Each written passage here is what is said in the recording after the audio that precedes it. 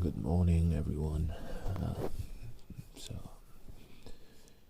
yeah, I hope you all have been having a great week so far. Uh, yeah, if not, just leave a comment. Yeah, I'll try to give some encouragement.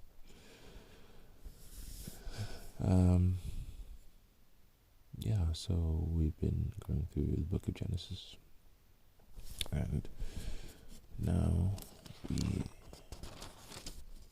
are going from chapter 37. Where Joseph dreams of greatness. Now Jacob dwelt in the land where his father was a stranger, in the land of Canaan. This is the history of Jacob. Joseph, being 17 years old, was feeding the livestock with his brothers, and the lad was with the sons of Bilhah and the sons of Zilpah, his father's wives. And Joseph brought a bad report of them to his father. Now Israel loved Joseph more than all his children, because he was the son of his old age. Also he made him a tunic of many colors. But when his brothers saw that their father loved him more than all his brothers, they hated him and could not speak peaceably to him. Now Joseph had a dream, and he told it to his brothers, and they hated him even more. So he said to them, "Please hear this dream which I have dreamed. There we were binding sheaves in the field, and behold, my sheaf rose and also stood upright. And indeed your sheaves stood all around and bowed down to my sheaf." And his brothers said to him, "Shall you indeed reign over us? Or shall you indeed have dominion over us?" So they hated him even more for his dreams and for his words. Then he dreamed still another dream, and told it to his brothers, and said, "Look, I have dreamed another dream, and this time the sun, the moon, and the 11 stars bow down to me." So he told it to his father and his brothers, and his father rebuked him and said to him, "What is this dream that you have dreamed? Shall your mother and I and your brothers indeed come to bow down to the earth before you?" And his brothers envied him, but his father kept the matter in mind. Then his brothers went to feed their father's livestock in Shechem. And Israel said to Joseph, Are you not your brothers feeding the flock in Shechem? Are not your brothers feeding the flock in Shechem? Come, I will send you to them." So he said to him, "Here I am." Then he said to him, "Please go and see if it is well with your brothers, and well with the flocks, and bring back word to me." So he sent him out of the valley of Hebron, and he went to Shechem. Now a certain man found him, and there he was wandering in the field.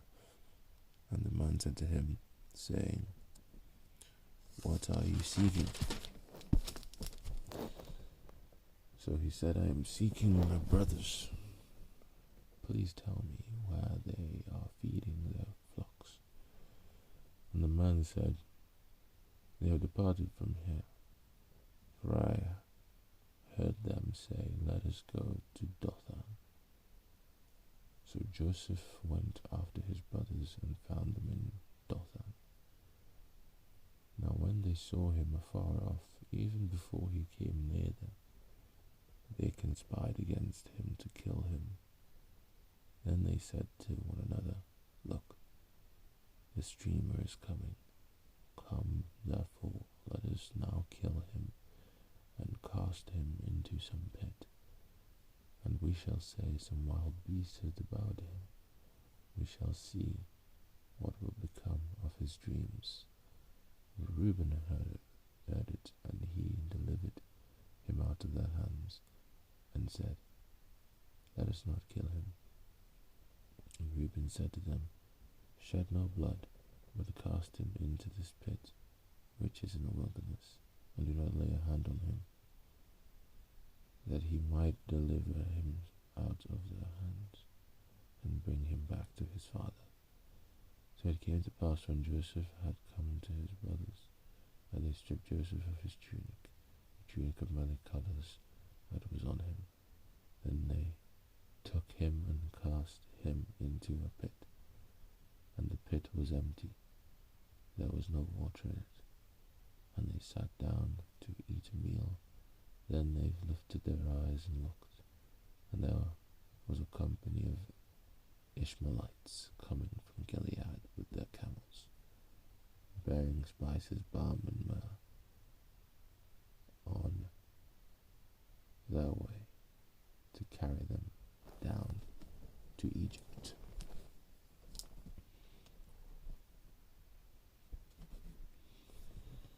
So Judah said to his brothers, What profit is there if we kill our brother and conceal his blood? Come, let us sell him to the Ishmaelites, and let not our hand be upon him, for he is our brother and our flesh. And his brothers listened. Then Midianite traders passed by, so the brothers pulled Joseph up and lifted him out of the pit, and sold him to the Ishmaelites for 20 shekels of silver. And they took Joseph to Egypt. Then Reuben returned to the pit, and indeed Joseph was not in the pit, and he tore his clothes. And he returned to his brothers and said, The lad is no more, and I, where shall I go? So they took Joseph's tunic, killed the kid of the goats, and dipped the tunic in the blood. Then they sent the tunic of many colors, and they brought it to their father and said, We have found this. Do you know whether it is your son's tunic or not? And he recognized it and said, It is my son's tunic. A wild beast has devoured him. Without doubt, Joseph is torn to pieces. Then Jacob tore his clothes, put sackcloth on his waist, and mourned for his son many days. And all his sons and all his daughters arose to comfort him, but he refused to be comforted. And he said, For I shall go down into the grave to my son in mourning. Thus his father wept for him. Now the Midianites had sold him in Egypt to Potiphar, an officer of Pharaoh and the captain of the guard. Chapter 38. It came to pass at that time that Judah departed from his brothers and visited a certain Adullamite whose name was Hira. And Judah saw there a daughter of a certain Canaanite whose name was Shua, and he married her and went into her. So she conceived and bore a son, and he called his name She conceived again and bore a son, and she called his name Onan. And she conceived yet again and bore a son, and called his name Shelah. He was at Chezib when she bore him. And Judah took a wife for his firstborn, and her name was Tamar. But Judah's firstborn, was wicked in the sight of the Lord, and the Lord killed him. And Judah said to Onan, Go into your brother's wife and marry her.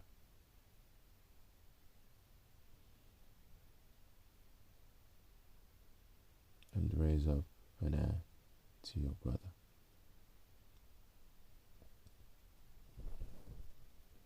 But Onan knew that the heir would not be his. And it came to pass, when he went in to his brother's wife, that he mitted on the ground, lest he should give an heir to his brother. And the thing which he did displeased the Lord, therefore he killed him also. And Judah said to Tamar, his daughter-in-law, remain a widow in your father's house till my son Shelah is grown. For he said, lest he also die like his brothers. And Tamar went and dwelt in her father's house. Now in the process of time, the daughter of Shua, Judah's wife, died, and Judah was comforted and went up to his sheep shearers at Timnah, he and his friend Hira, a Adullamite.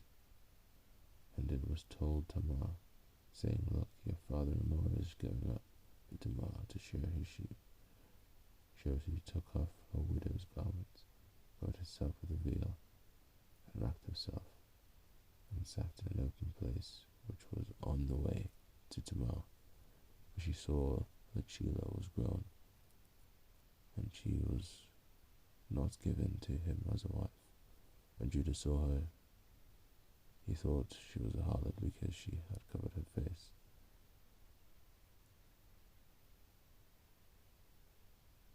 Then he turned to her by the way and said, please let me come in to you. For he did not know that she was his daughter-in-law. So she said, what will you give me that you may come in to me? And he said, I will send a young goat from the flock. So she said, will you give me a pledge till you send it? And he said, what pledge shall I give you? So she said, your signet and cord, and your staff that is in your hand. Then he gave them to her and went into her, and she conceived by him. So she arose and went away, and laid aside her veil, and put it on the garments of her widowhood.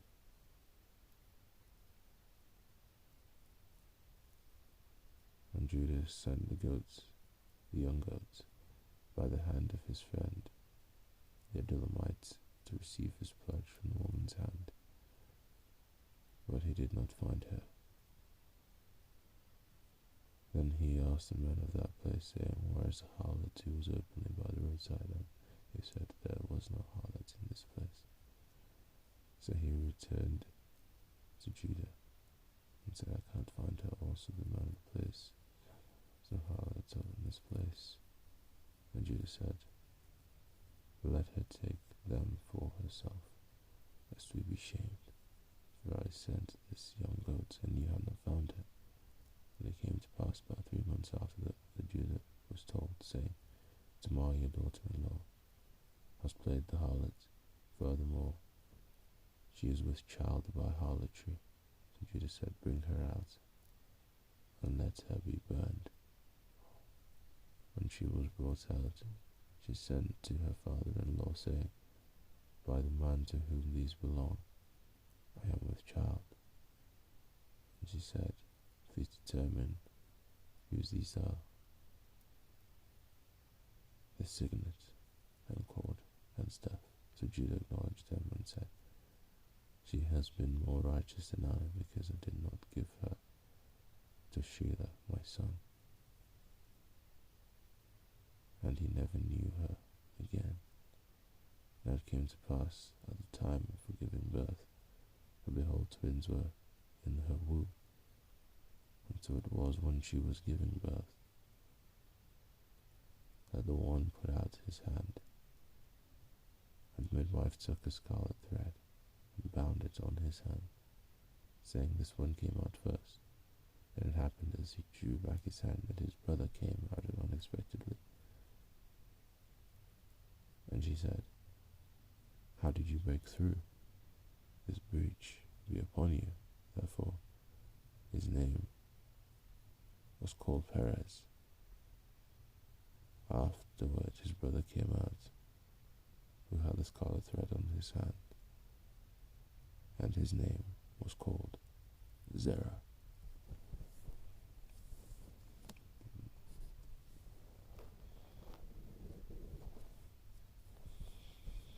Chapter 39. Now Joseph had been taken down to Egypt, and Potiphar, an officer of Pharaoh, captain of the guard, an Egyptian, brought to him from the Ishmaelites who had taken him down there. The Lord was with Joseph, and he was a successful man, and he was in the house of his master, the Egyptian. And his master saw that the Lord was with him, and that the Lord made all he did to prosper in his hand. So Joseph found favor in his sight and served him. Then he made him overseer of his house, and all that he had put under his authority. So it was from the time that he made him overseer of his house, and all that he had, that the Lord blessed the Egyptian's house for Joseph's sake. And the blessing of the Lord was on all that he had in the house and in the field. Thus he left all that he had in Joseph's hand, and he did not know what he had, except for the bread which he ate. Now Joseph was handsome in form and appearance, and it came to pass after these things that his master's wife cast longing eyes on Joseph, and she said, Lie with me.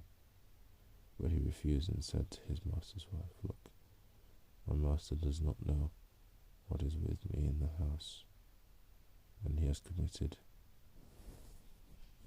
all that he has to my hand. There is no one greater in this house than I.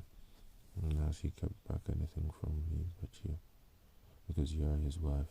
How then can I do this great wickedness and sin against God? So it was, as she spoke to Joseph day by day, that he did not heed her, to lie with her, or to be with her. But it happened about this time, when Joseph came into the house to work, and none of the men of the house was inside, that she caught him by his garment, saying, Lie with me. His garments in her hand, and fled and ran outside. And so it was, when she saw that what he had left had and fled outside, saw that he had left his garments in her hand and fled outside, that she called to the men of her house and spoke to them, saying, See, he has brought into us a Hebrew to mock us. He came in to me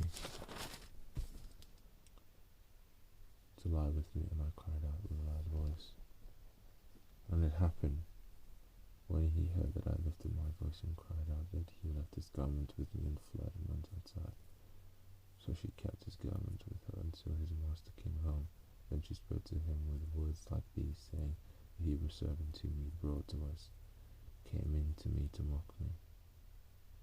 So it happened, as I lifted my voice and cried out, that he left his garment with me and fled outside.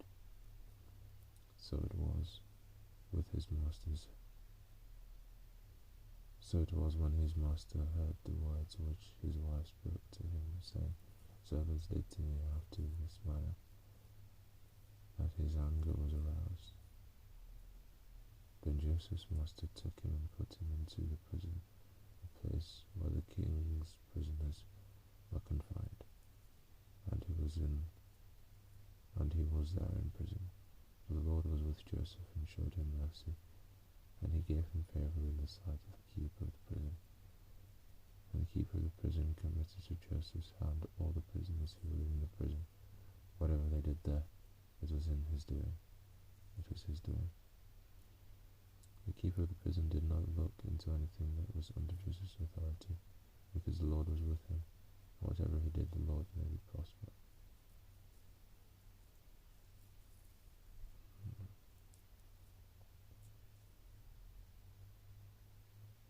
Chapter 40. It came to pass after these things that the butler and the baker of the king of Egypt offended their lord, the king of Egypt. And Pharaoh was angry with his two officers, the chief butler and the chief baker. So he put them in custody in the house of the captain of the guard in the prison, the place where Joseph was confined. And the captain of the guard charged Joseph with them, and he served them. So they were in custody for a while. Then the butler and the baker of the king of Egypt, who were confined in the prison, had a dream, both of them, each man's dream in one night, and each man's dream with its own interpretation. And Joseph came into them in the morning and looked at them, and saw how they were sad. So he asked Pharaoh's officers who were with him in the custody of his lord's house, saying, "Why do you look so sad today?" And they said to him, "We each have had a dream, and there is no interpreter of it." So Joseph said to them, "Do not interpretations belong to God? Tell them to me, please." And the chief butler told his dream to Joseph, and said to him, "Behold, in my dream a vine was before me, and in the vine were 3 branches. It was as though it budded, its blossoms shot forth, and its clusters brought forth ripe grapes. Then Pharaoh's cup was in my hand, and I took the grapes and pressed them into Pharaoh's cup, and placed the cup in Pharaoh's hand." And Joseph said to him, "This is the interpretation of it. The 3 branches are 3 days. Now within 3 days Pharaoh will lift up your head and restore you to your place, and you will put Pharaoh's cup in his hand according to the former manner, when you were his butler. But remember me when it is well with you, and please show kindness to me. Take mention of me to Pharaoh, and get me out of this house. For indeed I was stolen away from the land of the Hebrews, and also I have done nothing here that they should put me into the dungeon." When the chief baker saw that the interpretation was good, he said to Joseph, "I also was in my dream, and there were 3 white baskets on my head. In the uppermost basket were all kinds of baked goods for Pharaoh, and the birds ate them out of the basket on my head." So Joseph answered and said, "This is the interpretation of it. The 3 baskets are 3 days. Within 3 days Pharaoh will lift off your head from you and hang you on a tree, and the birds will eat your flesh from you."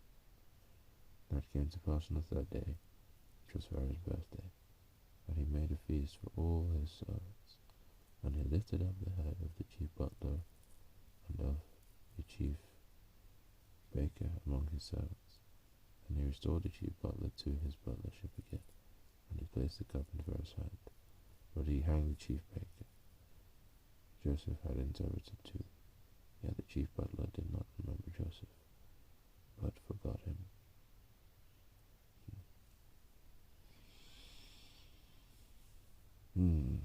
Thank you all for listening. I hope you have a wonderful weekend ahead.